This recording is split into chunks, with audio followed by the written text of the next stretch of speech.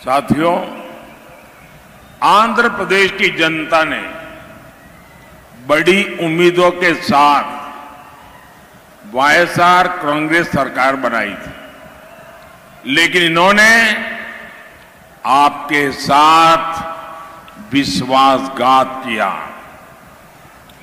YSR Congress ने यहां गरीबों का नहीं, माफिया का विकास किया। वाईएसआर कांग्रेस के मंत्री कैसे यहां गुंडागर्दी करते हैं, यहां राउडी राज चलाते हैं, वो सबके सामने है। मैं तो हैरान हूं, जिस सैन माफिया के कारण अन्नामैया डैम टूट गया, 25-30 गांवों को नुकसान हुआ, दर्जनों लोगों की जान गई। ये से माफिया को यहां की सरकार बढ़ावा देती है। मैं ऐसे हर माफिया को कहूंगा, वाईएसआर कांग्रेस गवर्नमेंट जाने का काउंटडाउन शुरू हो चुका है। एनडीए सरकार यहां के हर माफिया का इलाज करेगी, पक्का ट्रीटमेंट करेगी। మిత్రులారా, ఆంధ్రప్రదేశ్లో అనేక ఆకాంక్షలతో వైఎస్ఆర్ ప్రభుత్వాన్ని మనం ఏర్పాటు చేసుకున్నాం. కానీ వాళ్ళు మనతో విశ్వాసఘాతకం మోసం చేశారు. వైఎస్ఆర్ కాంగ్రెస్ ఇక్కడ పేదవాళ్ళని కాకుండా మాఫియాని అభివృద్ధి చేశారు. వైఎస్ఆర్ పార్టీ మంత్రులు గుండాయిజం చేస్తున్నారు. ఇక్కడ ఒక రౌడీ రాజ్యాన్ని నిర్మిస్తున్నారు. అది మీరందరూ చూస్తున్నారు. ఇక్కడ ఇసుక మాఫియా కారణంగా అన్నమయ్య డ్యాం కొట్టుకుపోయింది. అది నేను చూసి ఆశ్చర్యపోయాను. 25-30 గ్రామాలు నష్టం చేకూరింది. 12 మంది మరణించారు. ఇలాంటి మాఫియా ఇక్కడ ప్రభుత్వం మద్దతు లభిస్తుంది. నేను ఇలాంటి ప్రతి మాఫియాకి చెప్పదలుచుకున్నాను, మీ యొక్క కౌంట్ డౌన్ మొదలైందని.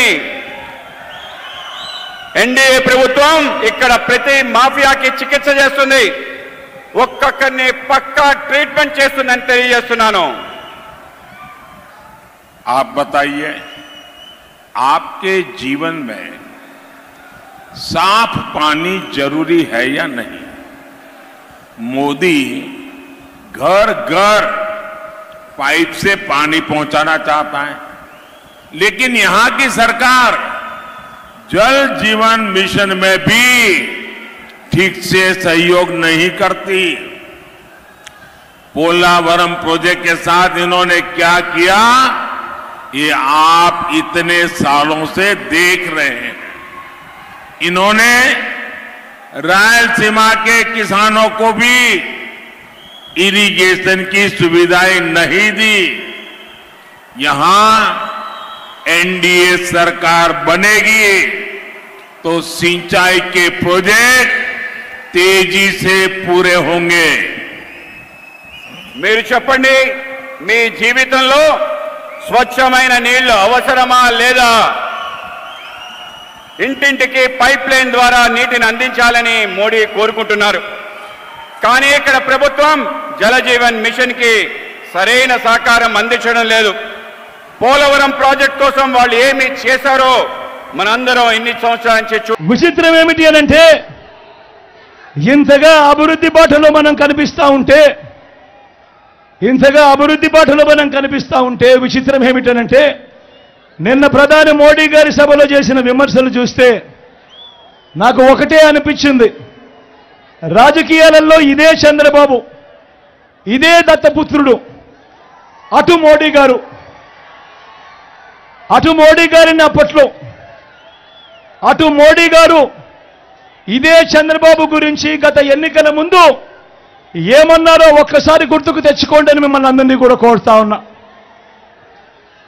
పోలవరాన్ని తన ఏటీఎంగా మార్చుకున్న చంద్రబాబు గురించి, వెన్నుపోట్లు పార్టీలు మార్చడం, తిట్టిన వారిని చంకదెక్కడం వంటి విద్యల్లో బాబు నిపుణుడు.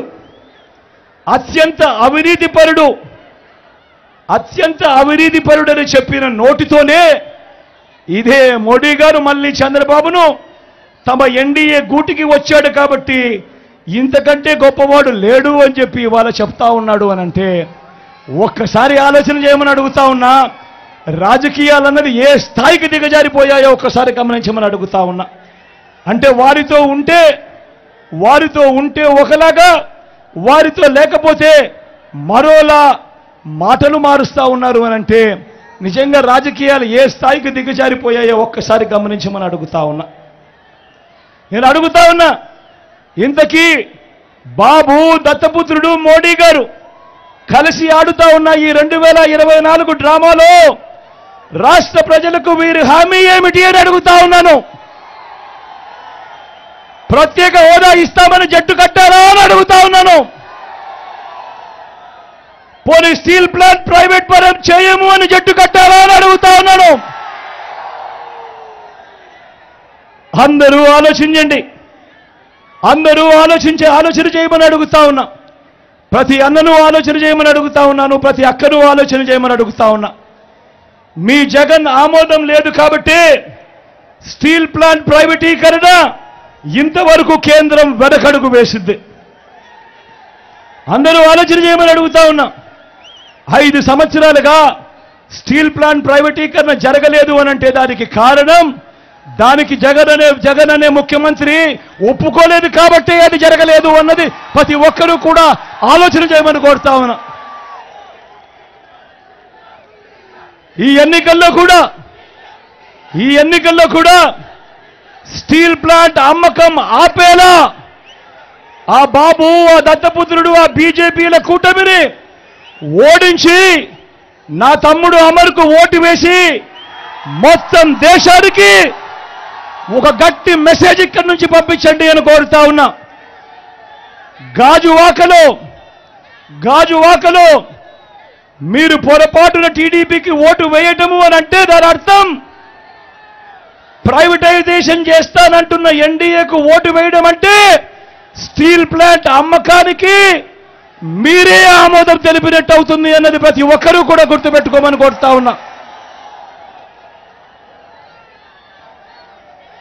గాజువాకలో పొరపాటున టీడీపీ గెలిచిందంటే, ఎన్డీఏ గెలిచిందంటే స్టీల్ ప్లాంట్ అమ్మకాన్ని ఎవ్వరూ కూడా ఆపడం సాధ్యం కాదు. ఎందుకనంటే వాళ్ళు దీన్నే ఎన్నికల రెఫరెండంగా తీసుకుంటారు. స్టీల్ ప్లాంట్ అమ్మకానికి ప్రజలందరూ మద్దతు తెలిపారు.